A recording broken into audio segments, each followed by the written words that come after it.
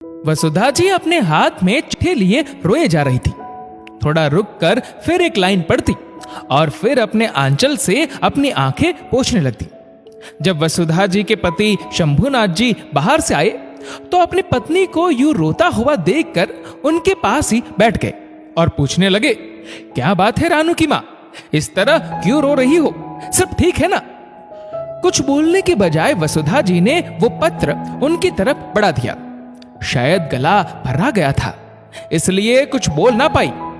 पत्र देखकर शंभुनाथ जी के चेहरे पर एक बार मुस्कुराहट आ गई। वो चहकते हुए बोले, अरे रानू की चिट्ठी आई है। रानू उनकी बेटी है जिसकी शादी अभी 3 महीने पहले ही हुई है। ससुराल जाने के बाद सिर्फ एक बार ही वो मायके आई थी, फिर मिलना नहीं हुआ। कभी कभी लैंडलाइन फोन पर बातें हो जाती थी। शंभुनाथ जी ने पत्र की पहली लाइन पढ़ी, प्यारी माँ, मैं तुमसे बहुत नाराज हूं क्योंकि तुम हमेशा मुझसे झूठ बोलती रही।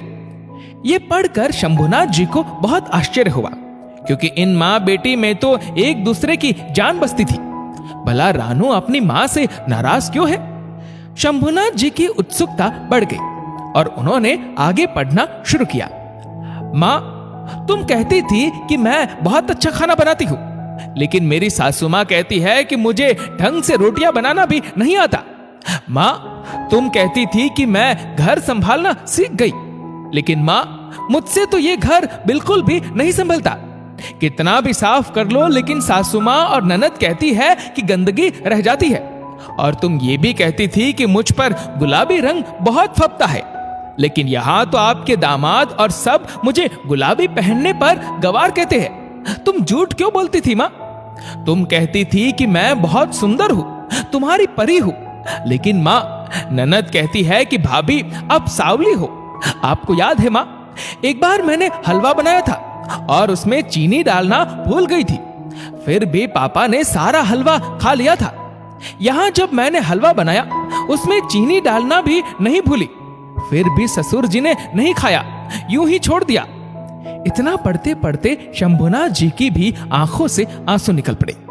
अपने चश्मे को उतार कर उन्होंने अपनी आंखें पोंछी और अपनी पत्नी वसुधा जी की तरफ देखा।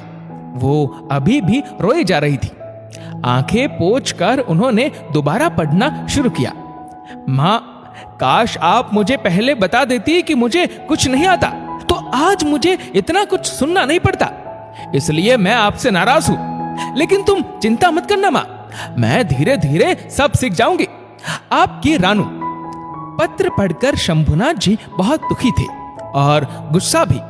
उन्होंने वसुधा जी से कहा, भगवान, यदि हमारी बेटी को ससुराल में सब तकलीफ देते हैं तो मैं अभी जाता हूँ और उसे यहाँ ले आता हूँ। अभी उसके पिता में इतना सामर्थ्य है कि अपनी बेटी को अपने पास रख सकता है। नहीं जी, ऐसा मत कीजिएगा, उसे अपना घर बसाने के लिए थोड़ा वक्त दीजिए। ये सब तो हर लड़की को देखना पड़ता है।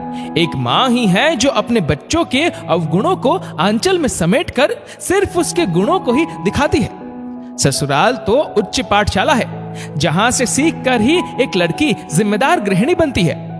हर घर का रहन सहन और खान पान अलग होता है।